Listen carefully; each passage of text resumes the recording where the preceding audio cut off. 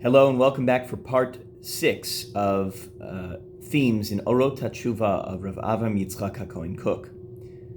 We just established last time that there are 3 layers of tshuva. There are 3 layers in which man has to try to restore the world back to perfection. There is the Adam HaPrati, the private individual who needs to repair his or her mistakes, who needs to do tshuva for something that they did personally.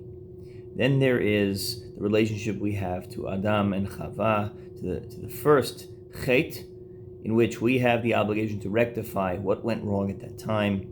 And then lastly, there is the restoration of the world back to its ideal state, the world that was created when God looked at the blueprints and had the ideal vision of what he wanted before it was made mitgashem, before it was brought into the physical realm and compromises had to be made. Rav Kook talks about what does it mean to restore the world back to its ideal state. Man was given an assignment. When he was given an assignment at the garden, it was la'ovda u'leshomra, to work the land and to guard the land. And forever, this basically has been our role. It's true, we've moved away from the agrarian society into the workplace and into the office cubicle and into Wall Street and other arenas in which we operate. But essentially, we are guardians of the world. We are here to ensure the world continues and the world thrives. The Chazal tell us, Koheles Rabbah, B'shasha bar Kadosh Baruch Hu et Adam Arishon, when he created man, he brought him to every single tree in the garden and said, Re'ei ma'asi kama na'im u'mishuvachim heim. Look at my deeds. How wondrous, how beautiful are they.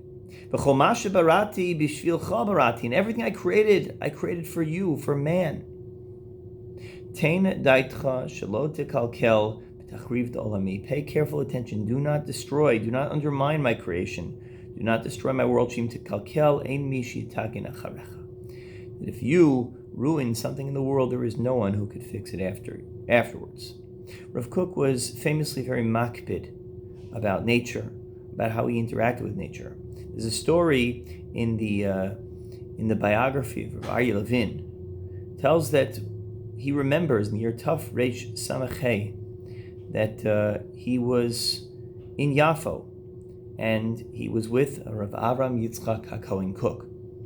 Anyway, he was sitting there, and it was right after Mincha Gedola, and Rav Kook went out to daven in the field and to gather his own thoughts.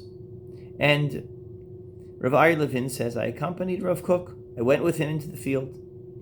And at that moment, I don't know what it was, but I picked up a blade of grass out of the ground. Suddenly, Rav Kook shook.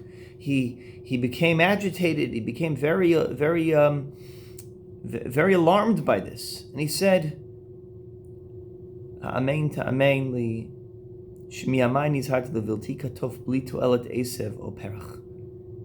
You have to believe me that in my days I've never plucked a single blade of grass or flower from the ground, sheyachol gdol u'tzmach, which could grow on its own or to thrive on its own or to further plant and develop other plants.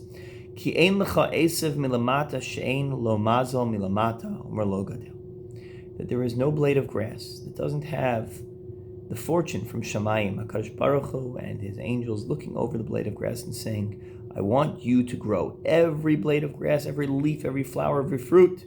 And this extends to every animal and every person.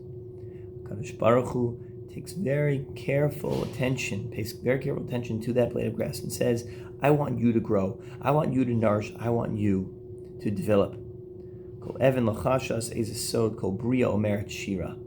Every creature of God has a song. Famously, Naomi Shemer, the singer of Israel in modern times, took an idea like this that was developed based off of Rabbi Nachman, that there is not a single blade of grass that doesn't have a song. Why is this important? Is Rav Kook just some sort of environmentalist? Rav Kook understood that if everything is being carefully watched by Hashem, the whole universe is in sync, it means that when something is set off, when something is plucked out of its natural growth, when something is set off of its normal course that HaKadosh Baruch Hu set up in the beginning of time, the whole universe is thrown awry. We know the The Sfarim talk about how every sin, God forbid, creates a negative angel, a negative force in the world, and every mitzvah creates a positive force in the world, the ripple effect of what we do. But it's also important for an individual who's struggling with self-esteem, who's struggling to try to understand their place in the universe, to understand that HaKadosh Baruch Hu is sitting there watching him or her, that blade of grass, that particular item is being procured, is being cared for in a detailed and delicate fashion by the maker of the universe. We understand that our actions aren't for naught, that whatever we do, anything, it matters. It makes a difference. This is the yesod to understanding not just the individual's mandate to repent and turn back to God, but the mandate of the individual in the context of the broader universe.